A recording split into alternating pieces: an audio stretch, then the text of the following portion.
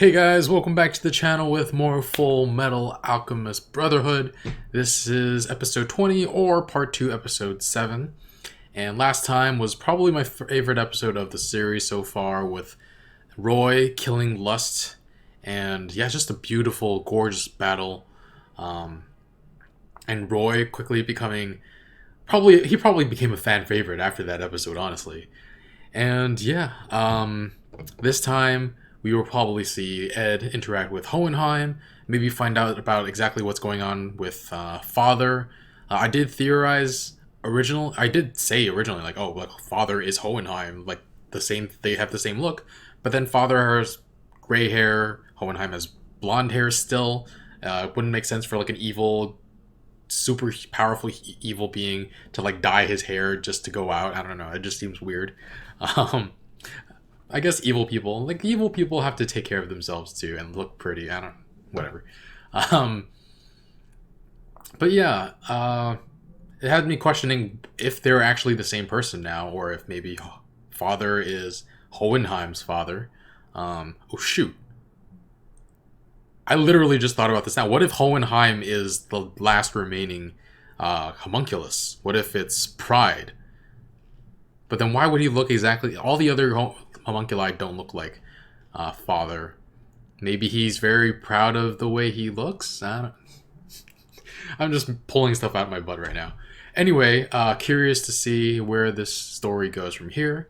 And Ed is obviously very mad. Still, he blames Hohenheim for their mother's death. His and Al's mother's death. We'll learn more about that. So yeah, let's get into it. If you want to watch the full reaction, you can check out Patreon in the link in the description below. This episode also aired a week early over there as well. And so you can watch the next episode right after this one if you go on Patreon. And yeah, let's get started. Hello, Edward. You appear to have grown some. I spoke with Pinocchio. You tried human transmutation. What possessed you to burn down my home? After what happened, we vowed to never turn back. We did it as a symbol of our resolve. No, you didn't. You were hiding the memory. You didn't want to be reminded of what you've done, and thought you could erase the memory by destroying the evidence. Who are you to come and talk down to... You're wrong! It's just like a child who hides the sheets after he wets the bed. You ran away, and you know it. Oh, fuck off. You weren't even here. You don't know a damn thing! You make me sick to my stomach. He's exactly like I was when I was his age. Father before the grave? Father or his father? Oh my god, baby Al is so cute.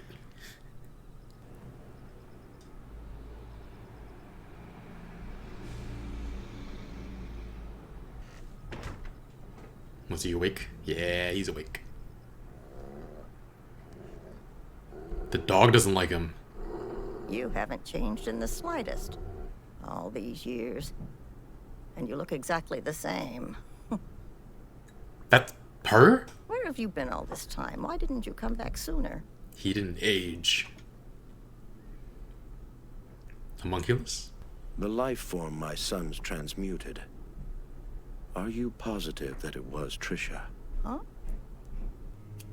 Did you notice the eye color or the hair color? Huh? What are you trying to get at? Are you telling me that wasn't even Trisha? For all that those boys sacrificed, you're saying that thing they created wasn't even their mother? So you really are immortal then, huh? No, I'm not.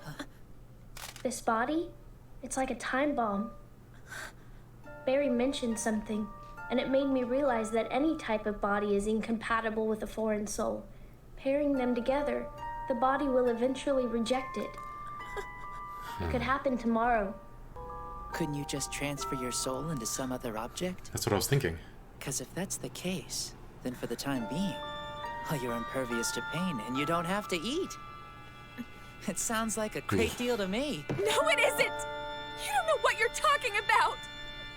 You know, You and Brother always gotta be the first to explode. I never get the chance to be the one to get mad. That's kind of true. He should get a chance to be mad. I guess I can't fall asleep. I don't think this body will let me. Oh. Just tell me you're gonna get your body back. Okay? You have to give my brother his body back! He's the only family I have! I won't let you take it! Take it? You're the one who tossed his body aside and put him in that armor. Aren't you, Alchemist? It's true. You and I are exactly the same. Oh, this Except frickin' Edward. guy. Edward, why did you leave me here like this? Something terrible is going to happen in this country soon. You should escape while you can. This country's lousy with terrible things. And I can't leave. I've got other people who need me here in case they want to come home. It's too bad I won't get to enjoy your cooking anymore. Never again. My stumps are aching from the weather. It's about to rain. Let's just hurry and do this. Could you transmute it out of the ground somehow? Like, just, you can raise the ground. Like, boom, shh. Ed! We've seen him in rain before. He's psychologically damaged.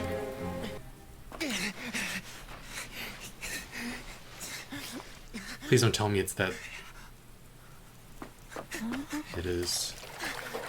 What color is it? Granny, Mom's hair was a light chestnut color. This is black. This fever, it's much too long. And this pelvis? Pretty sure it's male. It is? It's male. What the heck?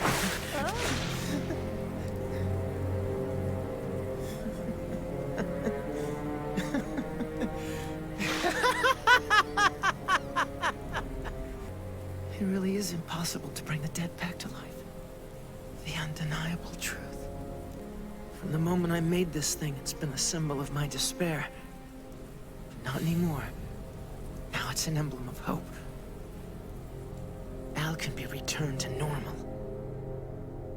Full Metal Wait, Alchemist. why does that signify? The logic doesn't track for me just yet. I'm sorry to ask you this, but the child you transmuted, are you sure that it was your child that you brought back?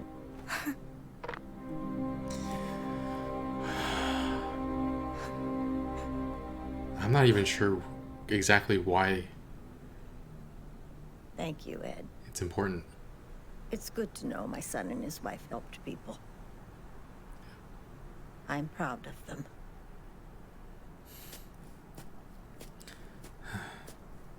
I'll be gone when he returns. Can you tell him something?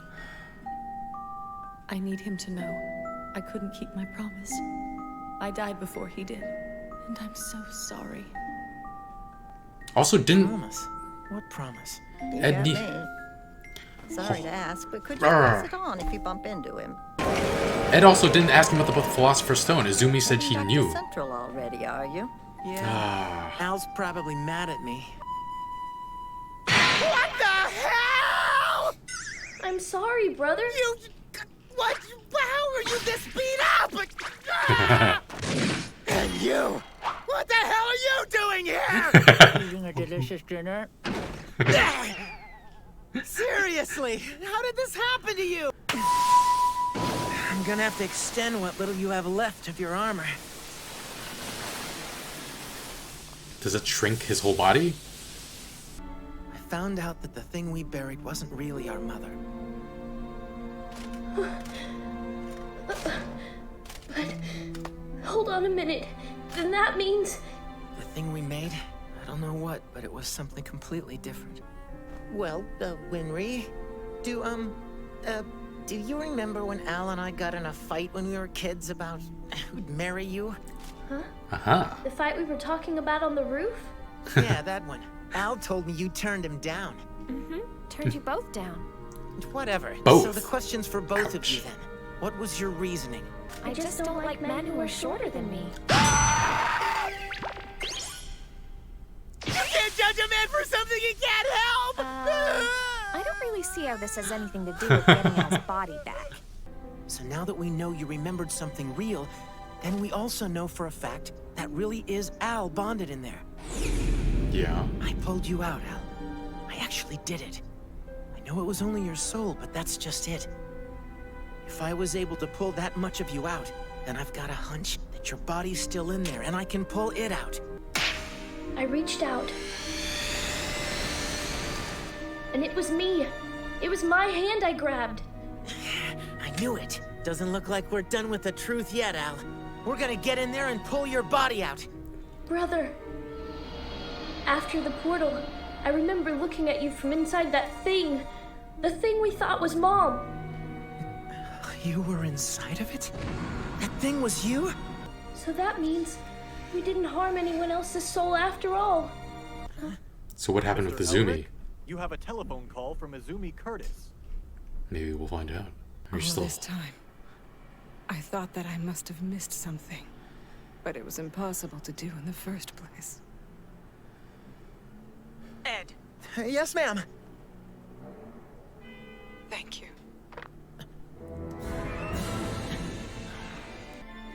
This entire time, I've been blaming myself for what happened. I thought it was me. I thought I was the one who killed Mom a second time. And so did I, Al. Thanks, brother. Thank you. I wasn't the one who killed Mom after all.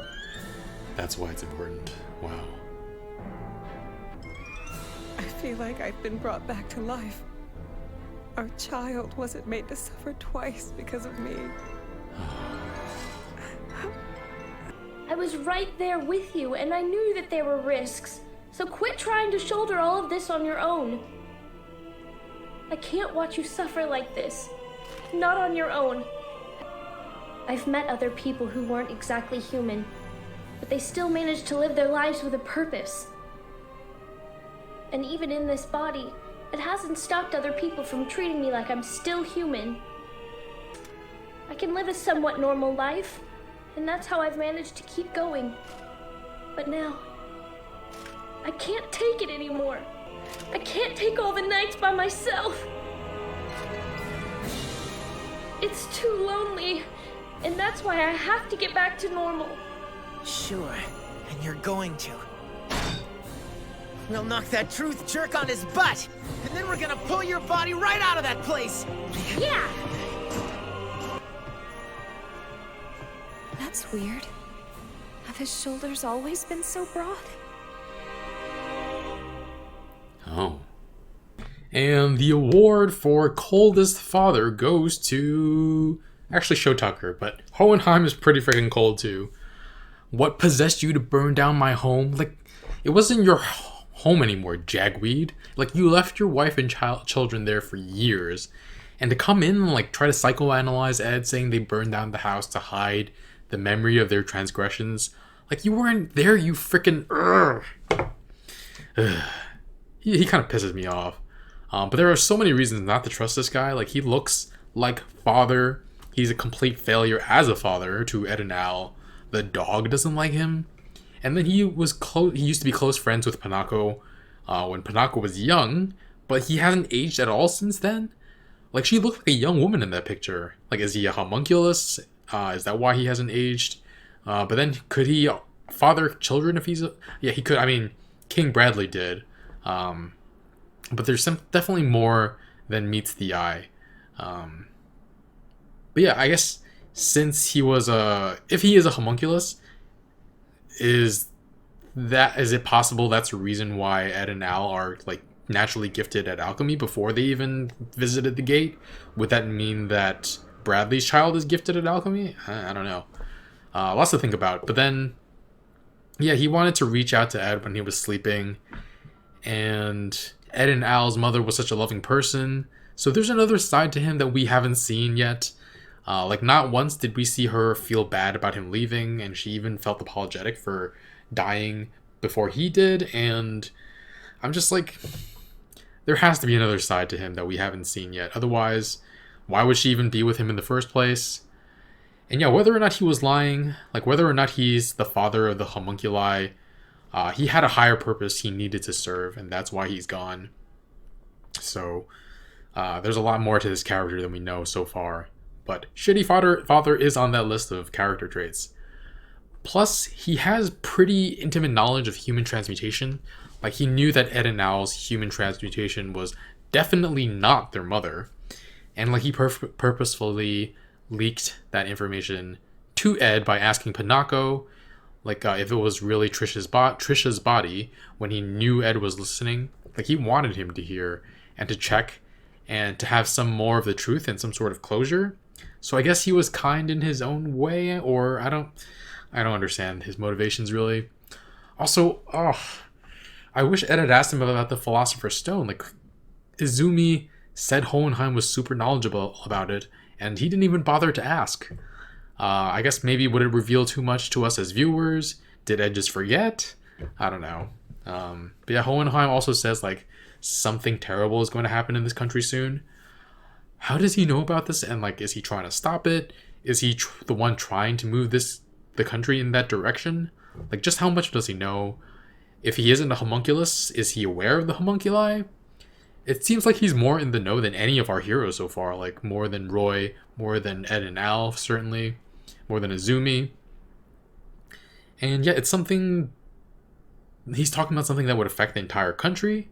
So I'm now just reminded, like, we don't actually know what the goal of the homunculi are, do we? Like, if that's what he's talking about, he knows something. He knows a lot, and I just wanted to pick his brain. Poor choice of words, given that Lust was saying that she wanted to pick Hughes's brain last episode, or was it the episode before that? Either way. But yeah, just what are the homunculi's ambitions, and how is it going to affect the entire country, including a small town like Rezenbul?